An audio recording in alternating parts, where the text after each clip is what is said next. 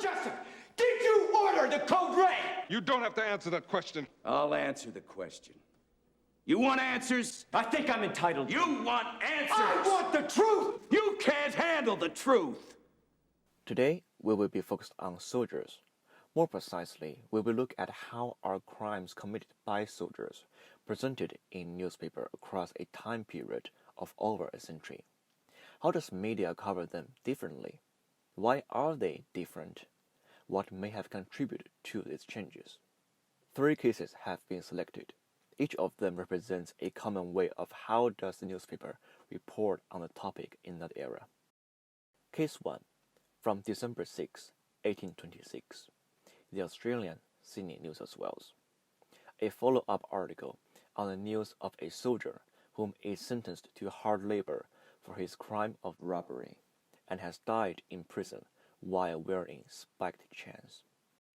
The article is written in an aggressive manner, as in the writer has expressed strong opinions on the matter, instead of laying out facts or quoting commentaries from relevant parties. The article is heavily relied on the writer's or the paper's take on the issue. Little to no reference can be found from the writing. As the readers read along the words, one cannot help oneself to take on the issue from the article's perspective. If it is anything, it's inflammatory. The article pushes for harsh punishment on soldiers who have committed crimes. At the time, the soldier is all from British Army, recruited outside of Australia.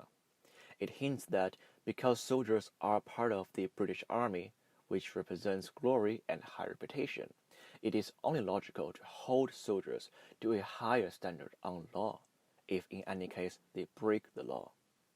The article also dedicates a full paragraph on explaining why was the spiked chains not responsible for the soldier's death.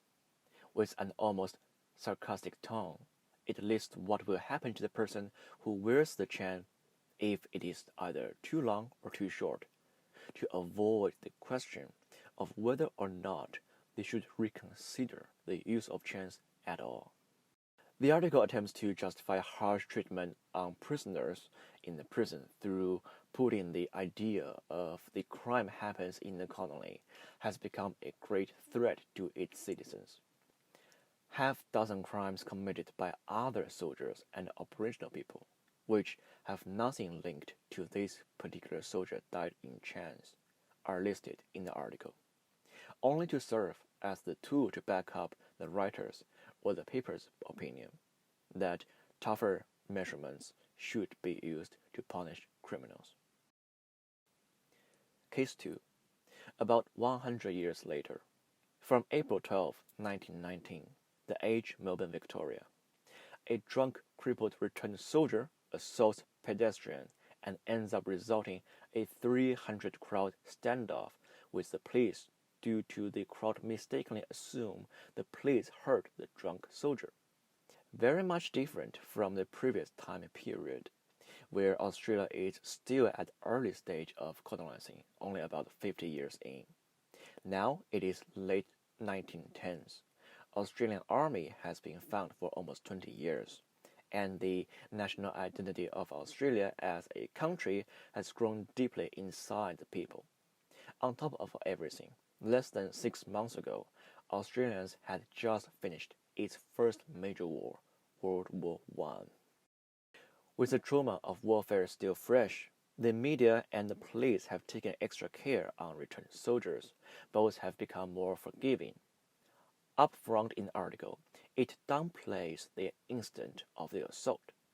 The action of the returned soldier is described as causing a considerable excitement.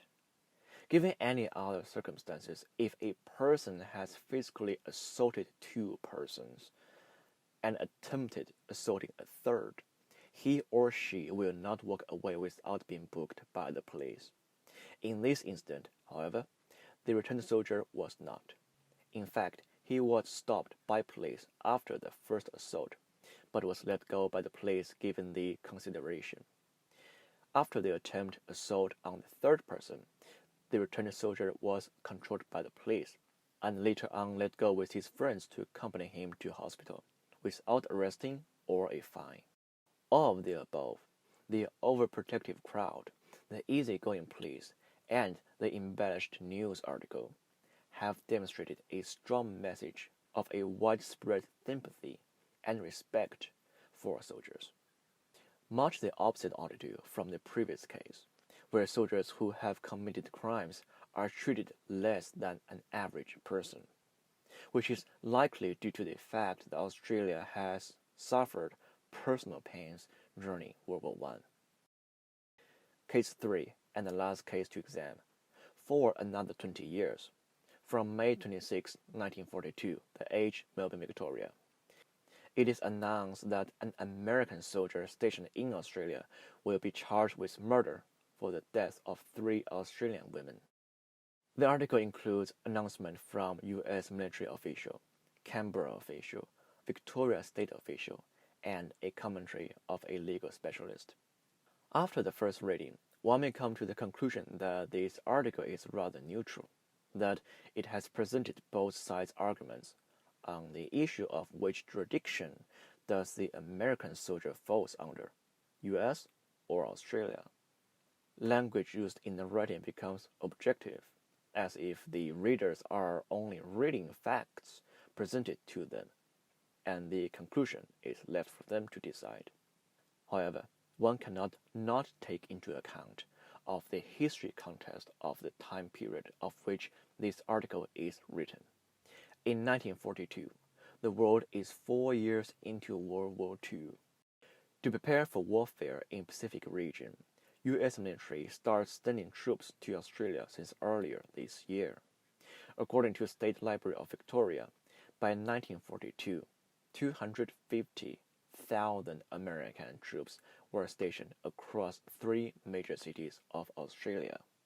To protect relationship between U.S. and Australia on an official level, the media has its fair share in preserving such alliance through downplay, suppress, and distract attention from matters that may cause harm to it.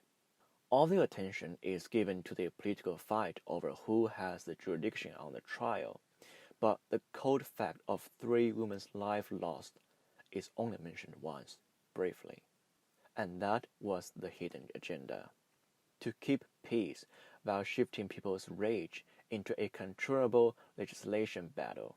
By doing so, the American soldier is kept out of the picture. Without a person to blame, there cannot be a crisis to harm the alliance. Other than that, newspapers now have also learned a new trick to pass on their opinion, not as direct as 1800s. Instead, a third party will be added to the article to comment on the matter, who will fight the fight on behalf of the paper.